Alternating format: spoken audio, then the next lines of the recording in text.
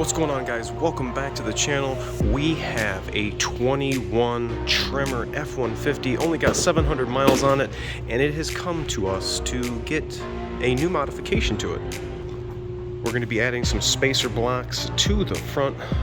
We're going to show you how to do it, what the truck's going to look like before, and what the truck's going to look like after. All right, guys, let's check out how to do this.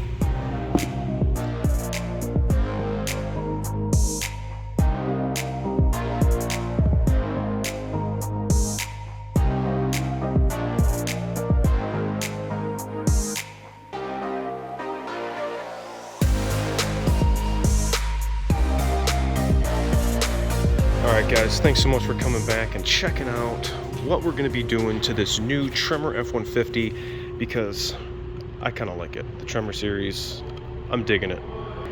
Now the thing that the customer is kind of trying to get rid of is this rake here on the truck. We got 10.5 inches here between the tire and the fender, and we have 6.5 here. So we're going to try to change that here with the kit that I just showed you. This is the Pro Comp level lift system with their spacer blocks for the strut assembly, and we're going to install these on it to give this just a little more height in here, and also this is going to require an alignment. I'm going to put up a couple of pictures right here. You can see the side of the truck and the front right corner, what it looks like before the install, and here is a couple of more pictures of it when it's done. You guys can see the difference here on the front compared to the back. So all right, without further ado, we're going to get this thing lifted up in the air and get this thing rocking and rolling so that we can have a different looking Tremor. All right, guys, here we go. We're going to start with the driver's side, and obviously we're going to need to get the vehicle lifted up and remove both front tires. Now, today I'm going to be working on my hoist at work, but if you guys are going to be at home, I suggest you get a suitable set of floor jacks and the vehicle up high enough, because you're going to have to manipulate some of the suspension components in order to get that strut now back up into its position. So I'm going to go ahead and rip this tire off. We're going to go over the fasteners that you're going to have to loosen and reuse to get this thing rolling. All right, some of the things that we're going to need to take off of this Tremor is, I suggest you guys go ahead and remove the liner. It is slitted, so you actually don't even need to pop off the trim clips. Get that all the way off, and I would just let this dangle right here. You don't need to take that last one out. We have a 21 mil nut, an 18 wrench, same thing back here. We're going to need to loosen those, not remove, loosen. We're also going to loosen this, fully remove that nut. We're going to loosen this, fully remove that nut, and you're going to be moving these two lower strut nuts to the lower control arm. Once you get that off, you have 3 18 millis right here that affix the strut to the frame. You guys can see we'll have to pop off this little trim clip to get to this nut back here. I would also recommend untethering the majority of these lines, so you can get enough slack when the knuckle is moving back and forth, because you're going to have all this disconnected and you don't want anything to be pulling tight on here. One of the next things we're going to need to do is remove this cap. There is a 13 mil nut behind it that's going to hold our axle shaft to our front hub assembly. Right behind it is the IWE solenoid. That's what's going to engage our 4x4 in these F-150s. Food for thought. Right now, this truck is in 4x4 with the vehicle often in its rest position with no vacuum. This front axle shaft is now affixed to the wheels. If we turn the wheel, the axle shaft's going to spin. The only way that it is not in 4x4 is when the engine is running and we have vacuum. Vacuum separates this point of contact in the IW, the integrated wheel end. That is where our 4x4 takes place, and when we have vacuum to that solenoid, to that housing, we're going to be in 4x2. So note to self, if you guys ever wondered how that 4x4 actually worked on your F-150, no vacuum, in 4x4. With vacuum, we're in 4x2. So I'm gonna go ahead and start getting this stuff removed, just as like we were going over, and we're gonna get to the point where we need to fully remove the strut from the truck. All right, guys, so I'm gonna first hit these 18 mil nuts. We are not gonna be reusing these nuts. The kit comes with new ones. There's 3 of them. We're gonna go ahead and remove all of these out. All right, I'm gonna go for the control arm fasteners. We have an 18 bolt head that we're going for, and a 21 nut. I'm gonna be using this setup right here.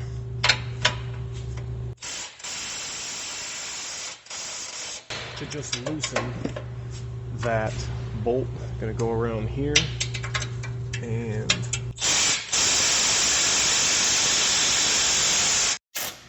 all right, we've got those both loose, and you guys saw the control arm and the knuckle all drop down just a little bit. So our next part that we're going to go for is I'm going to loosen this 18 mil nut and fully remove it off of that upper ball joint.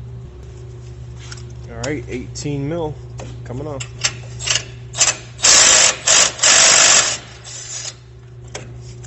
All right, we're going to take these 2 18s off and fully remove them.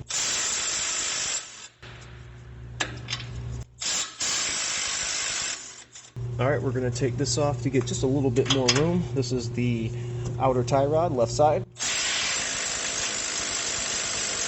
21 mil. Again, your vehicle might not be coming apart like this. This truck only has 700 miles on it. So you might have to give this piece of metal a couple of whacks to manipulate this in getting it out of its hole. All right, I'm going to be removing these push pins. They are kind of giant, so my trim tool doesn't want to really go around them that well. There we go. Get this tether out of here too. Okay, got a lot more wiggle room. Let's get this one off too. As much slack as we can get. Gonna undo the ABS wire. Pop this out. Now we got everything with as much slack as we possibly can. Untethered. One more ABS. ABS, look at that. Fully let loose. Right now, our strut and spring is completely loose. We got our 3 fasteners loose up here. We have our upper control arm about to pop out. One of the last things we're gonna do right here is we gotta take this cap off to remove the 13 mil nut behind here. I'm gonna go something like this. I'm gonna try to take the cap right off. Gonna come right here for the 13 mil nut. We are gonna be reusing these fasteners except for the upper strut nuts. And this is pretty much it. We have everything really loose. Now understand that if you're going to have this on the ground, you're going to have enough clearance between the floor and this stuff so you can get enough slack in getting this strut and spring out. Alright, so I'm going to pop this out. This is going to be flopping here, so make sure not to hit your noodle. This is already wanting to come towards me. My axle shaft is already pulling out. You guys can see right here, I was telling you about the slack. It's going to need to watch the brake line. We have our axle shaft right here. This is what it's going to look like. The geometry, the orientation of everything. Just kind of let everything sit. See, I'm just kind of letting everything come to a rest position. I still have slack. One of the things I forgot to tell you is actually remove this bolt here. We can get a little more play here in the brake line. My fault for not saying anything. But when you get to this point, I'm just going to let everything sit. It's resting spot. That's it right there. You can see with all the slack we got in the brake lines, the ABS line, we don't want to have anything too tight to inhibit our removal. So this is pretty much it right here, you guys. This is the loose strut. We need to pull this control arm down enough to actually get this strut out. Now let's see if I can do this without the help of an assistant.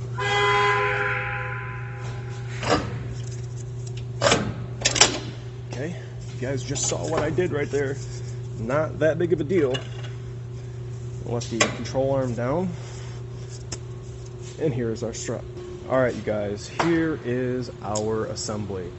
This was the outside. If you guys look how this is angled right here, the strut angles to the inside, angles to the truck. You don't want to put the strut in like this. It's just not going to work out for you.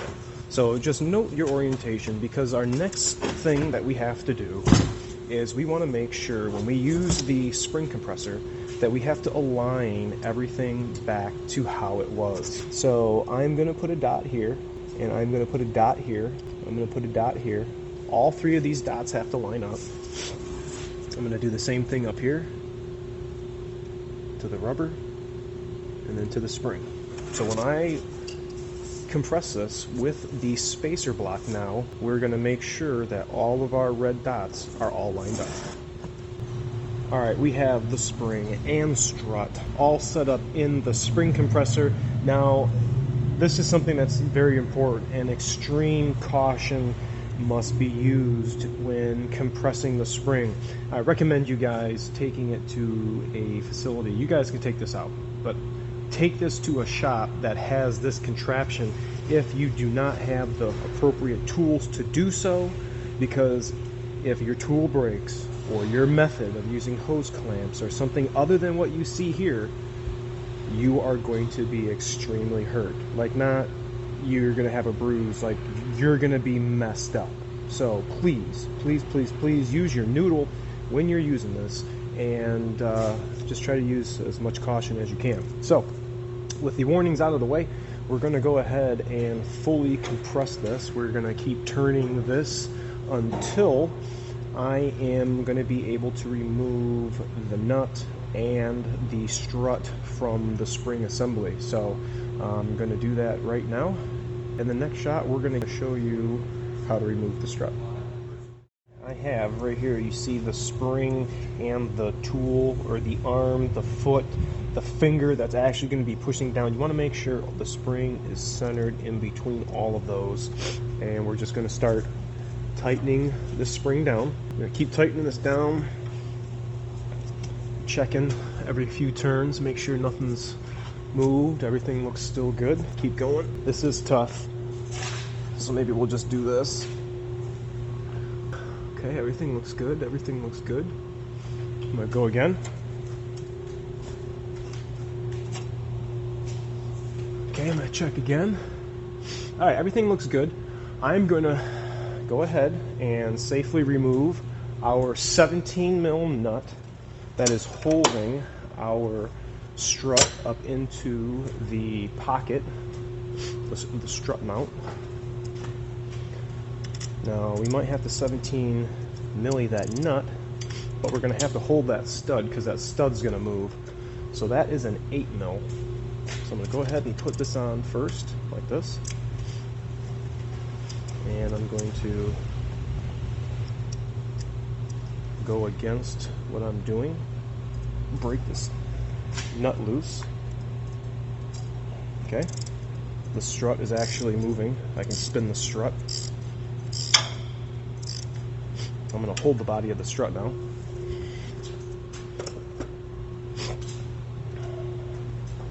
See that? I'm actually spinning the nut with the body of the strut.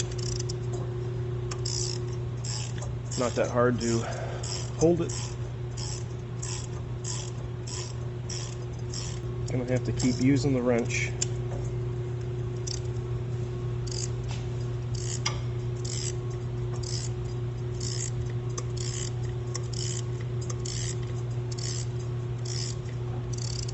Okay, once you get to the end, as you can see what we're doing, you're going to want to hold the strut, because that boy's going to fall on the ground. Okay, we were right there too. Look at that. So right now, I'm going to be able to pull this strut and shock. I shouldn't say strut, I should say shock. But here is our contraption.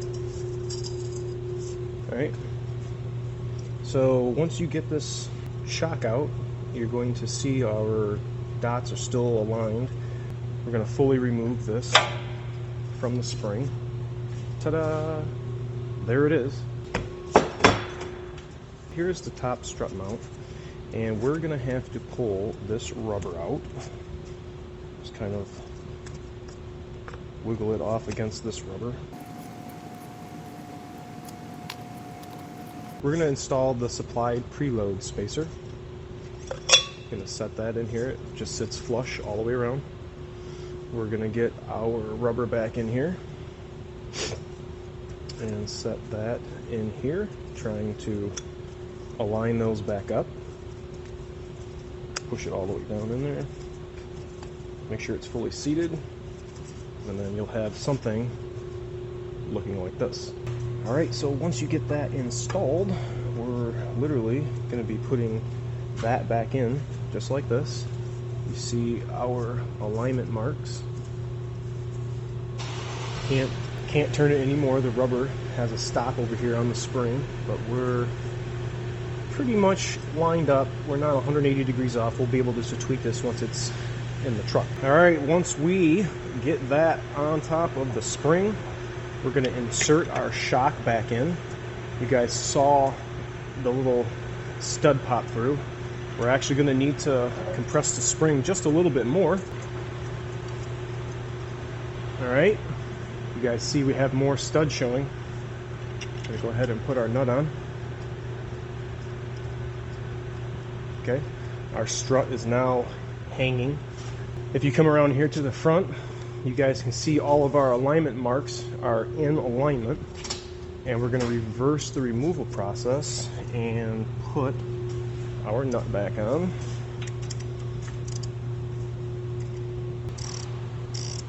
Okay, let's tighten this thing down. You'll feel it stop. It's supposed to be 20 foot-pounds. We're drawn the strut, the shock. You'll feel it stop.